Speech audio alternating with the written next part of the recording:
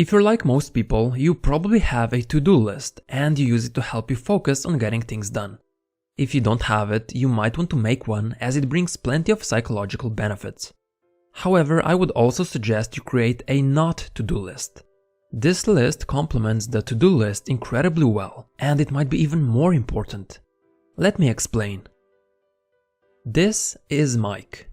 Mike loves video games and he plays them every day.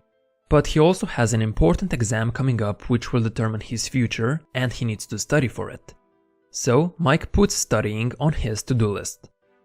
That day, Mike picks up the books and studies for half an hour.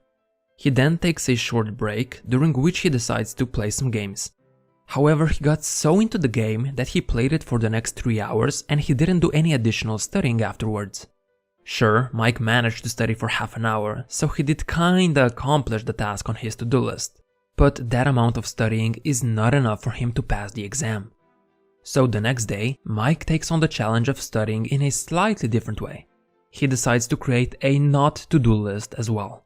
And what he wrote down was this: no video games until 7 p.m. Mike goes to study, does it for half an hour and then takes a break. However, he doesn't go on his computer like the day before because he prohibited himself from playing at that time. Instead, he uses his break to drink a glass of water and to write down some of the thoughts that popped up during his study session. He then returns to studying and manages to do it for 3 whole hours on that day. Whenever you have a goal you want to achieve, it's never enough to say, I must do this. But it should also include, I must not do that. What you want to do and what you shouldn't do are two sides of the same coin and go hand in hand. Let me give you another example. Let's say you want to buy a particular product, and you know that this item can only be found at the store down the road. So you write it down on your to-do list. Get that item from that store. However, the road there is filled with other shops which don't have the item you want. You can stop at them along the way, and you are going to reach the store at the end of the road eventually. But what if you wrote down on your not to-do list, don't stop at the other shops? You would get to the store down the road much faster and more efficiently. The store at the end of the road is an analogy for whichever goal you have, and those other shops are distractions that will hinder your progress towards the goal. So if you want to get fit, you shouldn't only exercise, but you probably want to avoid eating donuts and McDonald's as well. If you want to wake up early in the morning, you shouldn't just set an alarm. You should also avoid any stimulating activities and bright lights before bed. If you want to ace your next exam, you shouldn't just study, but you should also avoid playing video games and watching Netflix. What you choose not to do sometimes matters more than what you decide to do. By subtracting from one behavior, you're actually adding to another one.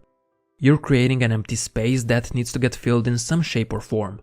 And by limiting certain activities, you're opening up an opportunity to fully focus on the area that's most important.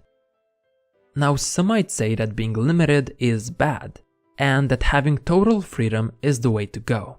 Sure, not everyone has the opportunity to freely choose when and how to do something, but there's a downside that comes with having too much freedom of choice.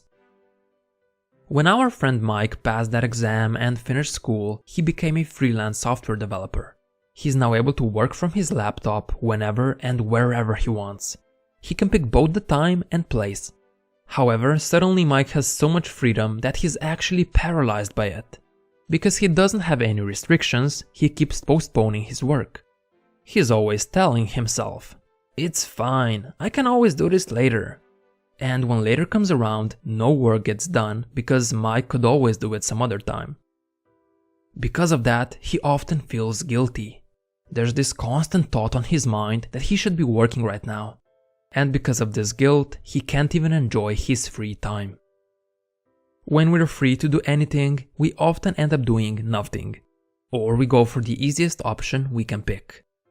If you had to choose every single day between studying, working, watching TV, or playing video games, which would you choose? You might do the right thing and choose to study and work at first. But as days go by, you would eventually start picking TV and video games more and more. That's because when you have the freedom to do so, you'll choose the thing that doesn't require as much effort. Now, if you have limitations and you aren't able to do whatever you feel like, choosing the more difficult option becomes much easier. You don't have to use as much willpower to start working or studying because those are your only two options. Plus, you don't have to resist any other activities that could tempt you. Mike soon realized that having no restrictions was the problem. He was basically constantly choosing between work and free time. And because enjoying himself was the easier option, barely any work got done as a result. So Mike created a custom not to-do list. And these were the limits he set for himself. Only work from the home office, never work past 7 p.m., no internet, TV or video games until 5 p.m. You would think that these limits would frustrate Mike, because now he doesn't have as much freedom as before. Yet they liberated him.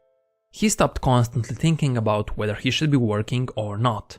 Instead, he now simply follows the rules he set for himself. If it's 10 in the morning, Mike knows he can't use the internet, watch TV or play video games. And because he doesn't have much else to do, it's easier for him to do his work. Now he doesn't feel deprived of his free time either, because he knows he can still enjoy himself just at a later time. And if it's 8 in the evening, Mike doesn't have to feel guilty for not working. Instead, he's able to enjoy his free time with a peace of mind. All thanks to his new restrictions. Now, one thing I want to point out is that sometimes we shouldn't just limit our quote-unquote bad behaviors, but our positive behaviors as well. For example, practicing the piano could be considered a good habit.